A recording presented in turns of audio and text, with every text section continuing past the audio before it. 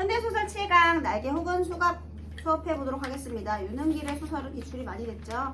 자, 일단 1970년대를 배경으로 하고 있는데요. 얘도 보기의 정보가 아주 자세히 드러나 있습니다. 190페이지의 보기를 먼저 읽어볼게요. 윤은길의 날개 또는 수갑은 회사의 일방적인 지침에 따라 제복을 입게 된 사원들이 겪는 갈등을 빌고 있다. 여러분 혹시 교복 찬성이에요, 반대예요, 여러분? 교복 찬성입니까? 사실 교복이 있어야 일단 사복을 입더라도 교복이 있을 때 사복이 입는 거랑 사복만 입어라 하는 거랑은 또 다르잖아요, 여러분. 그치? 그런데 그 교복의 장점은 뭡니까? 모두가 다 같은 옷을 입으면 일단 관리하기가 편해지겠지. 너네가 교복을 입으면 바깥에서 담배 피기 불편하죠, 여러분. 그죠? 물론 담배 안 피시겠지만. 근데 만약에 그러니까 일탈행동 하기가 좀 더 어렵죠. 왜냐면 내가 어디 소속이라는 걸 보여주잖아. 그죠? 그런데 사복을 입으면 좀 더 자유로워지죠. 그런 거거든요. 그러면 관리자 입장에서는 관리하기가 편하겠지. 그죠? 내가 뭐 소속감을 주는 긍정적인 것도 있지만 억압당하는 기분도 들 수 있잖아요. 그래서 그런 내용이 여기 잘 등장하고 있는데, 주인공 민도식을 중심으로 한 부서 동료들은 회사의 제복 방침이 드러내는 전체주의적이고 강압적인 방식의 거부감을 느끼고, 여기 줄 치세요. 전체주의적이고 강압적인 방식의 거부감. 그래서 불만스러움을 공유하기도 하고 회사에 저항할 방법을 두고 갈등하기도 한다. 하지만 결국 대다수의 동료들은 회사의 지침에 복종하게 되어 혼자 남겨진 도식은 외로움과 무기력감을 느끼게 된다.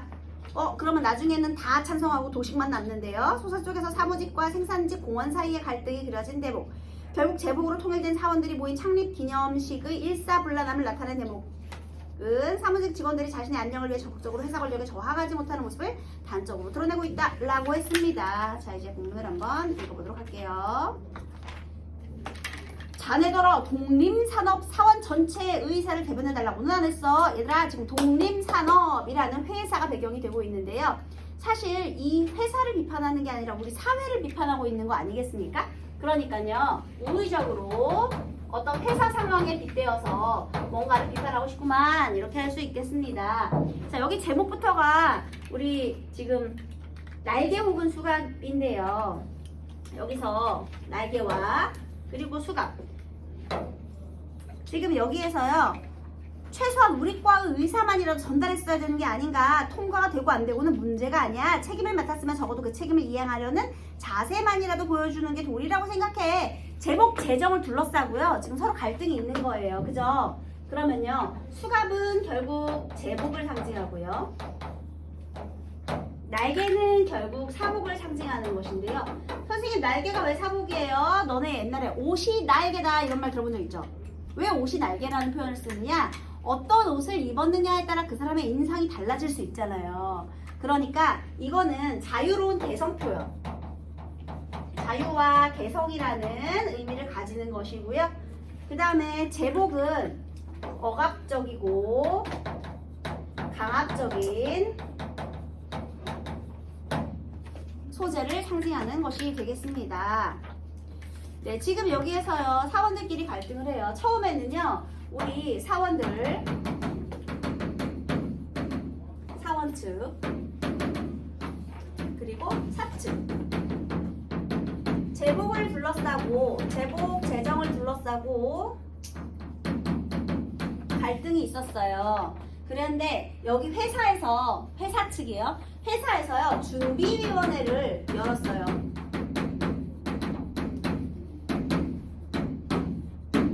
자, 그러면 여기를 통해서요, 한번 서로 얘기를 해서 준비를 해보자 라고 하는 거예요. 그러면 이제 사원 측은요, 우리의 의사를 전달하자. 우리 사원 측에서는 거부 의사를 준비위원회를 통해서 전달하려고 했겠죠.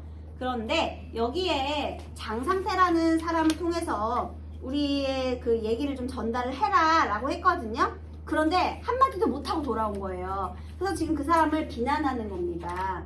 그래서요, 처음에 여기 거부 의사를 발생하라고 했는데, 자, 여기에서 우리 나머지 사원들 그리고 장상태, 얘가 거부 의사를 전달을 못했거든요. 이거 대표로 얘기하기로 했는데 지금 말을 못하고 왔어. 그래서 아니, 되고 안 되고가 문제가 아니라 책임을 맡았으면 말이라도 한마디 던지고 왔어야지, 어떻게 한마디도 못하고 왔냐, 비난하는 거예요. 회의가 시작되자마자 똑똑히 잘 들어달라면서 기획실장이 자기네가 작성한 초안을 낭독했어. 낭독을 끝냈더니 잘들 들었냐고 물어. 잘들 들었다고 고개를 끄덕일 수밖에. 그랬더니 질문 있으면 하라는 거야. 모두를 어안이 벙벙해서 앉아있는 판인데 실장이 시구서 그러면서 하는 말이 질문이 없다는 건 원안에 전적으로 찬성하는 것으로 믿고 수정 없이 실행에 옮기겠다고. 회사 발전을 위한 중요 사업에 이처럼 만장일치로 협조해줘서 고맙다고 이러는 거야. 그러니까 이게 뭐냐면요. 애초에 이거를 이 제복을 제정을 해야 될까요? 말아야 될까요?를 물어본 게 아니라요. 이렇게 실행할 건데 질문 있으신 분 한 거예요. 초안을 다 결정을 해놓고 자 이런 단계로 1, 2, 3, 4, 5번 단계로 진행할 거야. 예를 들면 제복이 1, 2, 3, 4, 5야. 그러면 뭐가 좋아? 그냥 이렇게 물어보는 거야. 답정 넣어줘, 답정 넣어. 그러니까 애들이 어안이 벙벙한 거지. 이거는 즉 찬성 반대 여부를 물어보는 게 아니라 그냥 그 초안에 질문이 있느냐. 그러면 애들 얼마나 황당하겠어. 그러니까 갑자기 니네 다 만장일치로 협조해줘서 고맙다 이렇게 말하는 거지. 자 그러면 다시 회사 측에서는요 준비위원회를 연 이유가 뭐겠니? 얘네들은 거부의사를 전달할 수 있을 줄 알았죠. 근데 이거 못했잖아요. 그쵸? 그런데 회사에서 이거를 연 이유는요 절차적 정당성을 확보하기 위해서. 야 우리는 이렇게 민주적으로 이런 것까지 해가지고 다 실행한 거야. 니네가 다 찬성했잖아 이렇게.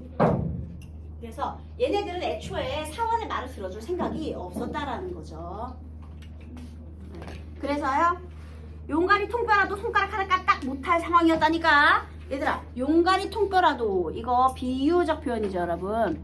혹시 만약에 요즘에 서술상의 특징 묻는 문제를 좀 꼼꼼하게 봐야 될 때가 있잖아요. 이 소설에서 서술상의 특징은 옳지 않은 것은 비유적 표현을 통해 자신의 처지를 강조하고 있다. 그러면 이 부분이거든요. 근데 그렇게 나오면 문제가 눈에 불을 켜고 처음부터 끝까지 막 찾아봐야 되잖아. 그러면 이제 소설이 힘들어지는 거야. 그죠? 그래서 좀 눈여겨봅시다. 비유적 표현을 통해서요. 자신의 처지를 강조하고 변명을 하고 있죠. 장 선배님 말에 좀 어폐가 있는 것 같습니다. 회의는 랑데부가 아닙니다. 특히 노사 간의 회의는 회의라는 형식을 빌린 전쟁입니다. 사용자 측에서 수단 방법을 다해 계획을 밀고 나가려 하는 건 당연합니다. 필요하다면 피용자 측에서 용가리 통뼈 아니라 통뼈 할아버지라도 돼서 따질 건 따지고 반대할 건 그러게 내 처음부터 뭘 했어. 난 그런 일에 적임이 아니니까 우군이 맡으라고 했잖아. 자 지금 여기서 지금 나머지 사원과 장상태 간에 또 갈등이 두드러지고 있죠 여러분. 왜 말을 못했냐. 그럴 분위기 아니었다. 근데 여기서도 또 갈등이 있어요 여러분. 사원 측에서도요. 그리고 여러분 요 갈등을 지금 대화를 통해 전달하고 있죠. 그러면 또 서술상의 특징이 인물 간의 대화를 통해 갈등을 드러내고 있다. 얘도 될 수 있겠죠. 비유적인 표현을 통해서 자신의 처지를 강조하며 변명하는 것도 있었고요. 대화를 통해 갈등을 제시하는 부분도 있었습니다. 이미 끝난 일이야. 지금 와서 아무리 떠들어내봤자 제목은 벌써 우리 몸의 절반쯤이나 입혀져 있어. 민도식이 나서서 험악해진 분위기를 간신히 가라앉혔다. 준비위원회를 구성하고 회의를 소집한 건 처음부터 요식행위에 지나지 않았던 거야. 경영자 독단으로 처리하지 않고 사원들의 의사를 물어 전폭적 지지를 얻어가지고 결정했다는 인상을 대내외에 풍길 필요가 있었던 거야. 여러분 여기서 말하기 방식 한번 볼까요? 지금 현 상황을 정확하게 분석해내고 있죠. 현 상황을 분석하고요. 이제 길은 두 가지뿐이야. 나머지 절반을 찾아 마저 몸에 깨든가 아니면 기왕 우리 몸에 입혀진 절반을 아예 벗어버리든가 각자가 알아서 결정할 일이야. 자, 그 다음에 현실적 대안을 얘기하고 있죠. 이미 절차를 통해서 회사에 우리 의견을 전달하는 건 끝났어. 안 되는 거야. 그럼 이제 뭐 해야 돼? 각자 알아서 선택하는 거야. 입던지 말던지. 그죠? 그래서 이렇게 분석을 하고 그 다음에 선택 가능한 대안을 제시하고 있죠. 저기 좀 보라고. 저 사람이 아까부터 우리를 비웃고 있어. 재봉 얘기 앞으로는 그만하도록 하지. 네. 그래서요. 그를 보더니 생산부 공원 목장을 한 사내가 삐뚤음한 자세로 이쪽을 돌아다보며 야릇한 웃음을 입가에 물고 있었다. 그를 보더니 장상태가 화를 벌컥 내면서 큰 소리로 미스윤을 불렀다. 이봐, 저기 앉은 저 사람 내가 좀 보잔다고 전에. 눈이 휘둥그레진 미스윤이 종종 걸음으로 그에게 다가가기 전에 그쪽에서 자진해서 먼저 일어섰다. 그가 충분히 알아들을 수 있도록 장의 목소리가 컸던 것이다. 저를 부르셨습니까?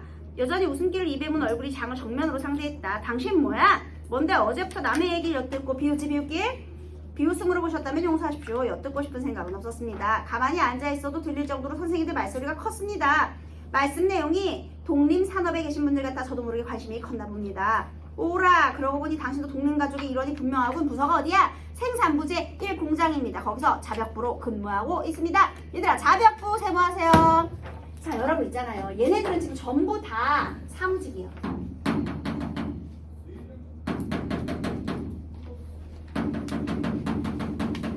사무직은 사무실에 앉아가지고 서류 처리하는 사람이죠. 근데 이거 말고 또 생산직이 있어요. 현장에서 노동으로 일하시는 분들. 자, 여기 생산직 권씨와의 요 장상태와의 또 갈등이 드러나거든요. 이름은 권입니다. 이름이 권이다. 그럼 성까지 아주 짝을 쳐보게. 성이 권입니다. 만만한 상대를 만난 장은, 여러분, 장. 왜 만만하다고 생각했을까요? 자벽부니까. 무시하는 거죠. 그래서 여기 권씨를 무시하고 있다라는 걸 알 수가 있네요. 권씨를 놀이개감으로 삼아 화풀이 할 작정임을 분명히 하면서 동료들에게 은밀히 눈짓을 보냈다. 왕따 주도하네. 나쁜 놈이네. 함께 놀이에 끼어들 앉으실 것이다. 그러나 도식이 보기엔 첫눈에 결코 만만한 상대가 아니었다. 주인공이 민도식이거든요, 여러분. 그런데 지금 이 권씨에 대한 평가가 엇갈리고 있죠. 장상태는 만만하게 그의 직업만 보고, 그쵸? 직위만 보고 만만하게 여기고 있고요. 도식은 얘가 보통이 아니다라고 생각하는데요. 어떤 점에서 그러느냐? 그는 참을성 좋게 여전히 웃고 있었다. 그것은 생산부 공원들이 본사의 사무직 직원을 대할 때 일반적으로 갖는 비굴한 표정이 아니었다. 그렇다고 적대감도 아닌 그것은 일종의 자신감의 표현이 분명했다. 자, 두툼함부터 괄호하세요. 두툼한 입술과 커다란 눈이 얼핏 눈에 띄는 특징이었다. 장상태하고 비교해서 둘이 서로 어금어금할 정도로 작은 체구였다. 실제 나이는 장보다 2~3살쯤 위일 것 같은데 적어도 20~30년은 더 세상을 살아냈을 법한 관록 같은 게 엿보이는 얼굴이었고. 자, 괄호 닫으세요. 장상태가 권씨를 무시한 것은 그의 직위 때문이죠. 자벽부라는 직위. 그런데 민도식이 이 사람 보통이 아니다라고 생각한 건 바로 이 외양묘사 때문이죠. 외양묘사를 통해서 인물의 성격을 간접적으로 제시하는 부분이죠, 여러분. 외양묘사를 통한 간접 제시. 그것이 교양이라는 것하고도 연결되어 자벽부라던 자기소개가 아무래도 믿어지지 않는 그런 사람이었다. 짝을 채우기 싫다 이거지? 한마디로 이름 안 말해준다 이거지? 좋았어. 그런데 자네가 하는 자명리라고 무슨 상관이 있어서 우리에게 이틀 동안이나 관심을 갖지? 물론 상관은 없습니다. 그렇지만 한쪽에선 작업 중에 팔이 뭉텅 잘려져 나간 사람이 있고 그 팔값을 찾아주려고 투쟁하는 사람들이 있는 반면에 다른 한쪽에서 몸에 걸치는 옷 때문에 자기 인생을 걸려오는 분들도 계시구나 하는 생각이 들어 그냥 지나칠 수가 없었습니다. 순간 장상태 얼굴이 하얗게 질린 것 같다. 당황했다는 거죠. 자, 여러분, 지금 권씨는 뭐 하고 있느냐면은요. 권씨는요, 산업재해를 입은 동료를 위해서 싸우고 있는 중입니다.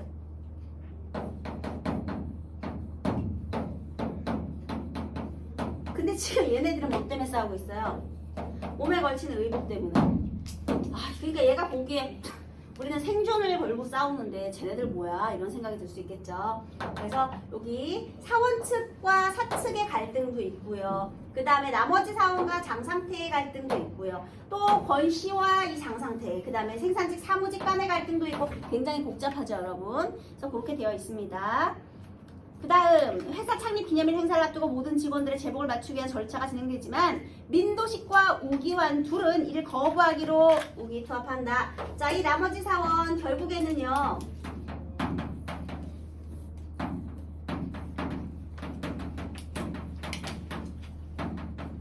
요 2명만 빼고 나머지는 또 어떻게 됐어?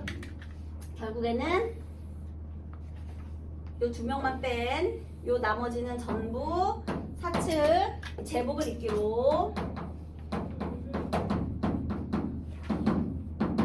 굴복을 한 거죠. 요 2사람만 빼고요. 자, 그런데요, 사장이 이제 면담을 하려고 불렀어. 다독이면서 아유 그래도 회유를 하는 거야, 마지막으로. 그런데요, 사장실로 들어서기 무섭게 권씨는 민도식을 향해 눈자위를 하얗게 부릅떠보았다. 우기환의 돌연한 행동에 초벌 놀랐던 도식은 권씨의 험악한 표정에 제발 놀라면서 엉거주춤 궁둥을 들었다. 자, 원래 사장이 회유를 했거든요. 근데 이 앞에 무슨 내용이 있냐면 우기환이가요, 사표를 던집니다. 와우, 멋있다. 그리고 이제 민도식 하나 남은 거야. 그래도 2명 있는 거랑 자기 혼자만 안 입는 거랑 사복 입는 거랑 좀 다르잖아요. 어쨌든 얘 사표 냈고요. 그 다음에 마지막으로 이제 사장이랑 마무리 얘기하고 있는데 그 권씨가 들이닥친 거예요. 그러면서 권씨가 눈을 부라려. 뭐겠니? 나 사장이랑 할 얘기 있으니까 너 좀 비켜줄래? 이런 의미겠죠. 그 그래서요. 빨리 자리를 비켜달라는 권씨의 무언의 협박이 빗발치고 있었다. 죄송해요 사장님. 한사코 안 된다는데도 부득부득 우기면서 이 사람이 뒤늦게 쫓아온 여비서를 손짓으로 내보낸 다음 사장이 말했다. 어서 오게 권군. 자기보다 더 사정이 절박한 사람을 위해서 누구겠니? 권씨겠죠? 더 절박한 사람 생존이니까. 민도식은 사장실에서 물러나지 않을 수 없었다. 잘 생각해서 스스로 결정을 내리도록 하게. 도어가 채 닫히기 전에 사장의 껄껄한 목소리가 도식의 등 뒤에 따라붙는다. 장 선생 집에 전화 걸었더니 부인이 봤대요. 새로 맞춘 유니폼 입고 아침 일찍 출근했다고요. 아내의 바가지 긁는 소리로 창업기념일의 아침은 시작되었다. 드디어 창업기념일 모두가 다 제복을 입고 모이는 그런 날이 밝았습니다. 체육대회가 열리는 제1공장까지 가자면 다른 날보다 더 일찍 나서야 되는데도 여전히 민기적거리고만 있는 남편 곁에서 자 여기서 민도식이요 혼자만 사복 입고 가야 되거든요. 제복 안 했잖아. 혼자잖아. 그래도 우기한 2명 있을 줄 알았는데 얘 갔잖아. 없잖아. 혼자만 남았어. 그래서요 얘가 민기적거리니까 또 안 해요. 안 가면 안 되잖아. 그러니까 출근을 독려하면서 또 갈 때 그래요. 그죠? 그래서 이 곁에서 아내는 시종 근심스러운 눈초리를 거두지 않았다. 제복 때문에 총각사원 하나가 사표를 던졌다는 소문을 아내는 믿지 않았다. 그 총각사원이 우기환이에요. 사표를 제출한 게 아니라 강제로 모가지가 잘린 거라고 굳게 믿고 있었다. 까짓것 난 필요 없어. 거기 아니면 밥 빌어먹을 데 없는 줄 알아? 세상은 아직도 유니폼 아닌 회사가 수두룩하단 말이야. 거듭되는 재촉에 이렇게 큰 소리로 대거리는 했지만 결국 민도식은 뒤늦게나마 집을 나서고 말았다. 잘리긴 싫은 거죠. 어쨌든 가긴 갑니다. 시내를 멀리 벗어나서 교외에 널찍하게 자리 잡은 제1공장 앞에 당도했을 때는 벌써 개회식이 시작된 뒤였다. 공장 정문 철책 너머로 검정 곤색 일색의 운동장을 넘어다 보는 순간 얘들아 검정 곤색 일색 여기다가 세모하세요. 이게 바로 전체주의죠. 민도식은 갑자기 숨이 턱 막혀 느꼈다. 새로 맞춘 제복으로 단장한 남녀 전 사원이 각 부서별로 군대처럼 질서 정연하게 도열해 서서 여기 줄 치세요. 군대처럼 질서 정연하게 도열해 서서 사실 얘가 비판하고 싶은 게 회사가 아니야. 이거 군사문화. 열과 행을 딱딱 맞춰가지고 그래서 도열해 서서 연단에 선 지휘자의 손끝을 우러러보며 사가, 회사 노래죠. 교가처럼 사가 재창하기 직전에 예비운동으로 목청을 다듬는 헛기침들을 하고 있었다. 이윽고 공장의 때를 한바탕 들었다 놓는 우렁찬 노래가 터지기 시작했다. 노래 부르는 사원들 모두가 작당해서 지각한 사람을 야유한 듯한 기분이 들었다. 이거는 자기 기분이지 사람들이 얘 야유했어요? 그냥 노래만 했어요. 검정 본색의 제복들이 일시단결해가지고 사복 차림으로 꽁무니에 따라붙으려는 유일한 사람을 완강하게 거부하는 듯한 기분에 사로잡혔다. 결국 혼자만 사복이죠. 얘 혼자만 사복. 네, 그래서요. 이렇게 내용이 마무리가 되고 있네요. 자, A와 B에 대한 설명 가장 적절한 건 당연히 4번일 것이고요. 네, 참고로 주제는요. 제복 제정을 둘러싼 갈등.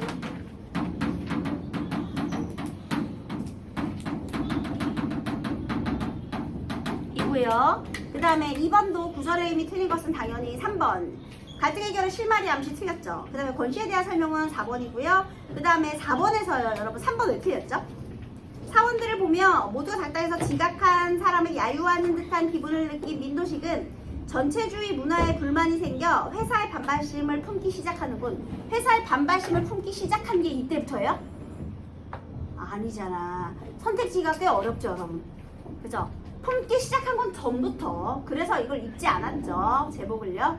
이때 요거를 바탕으로 이게 원인이 돼서 반발심을 품기 시작하는 것은 아닙니다.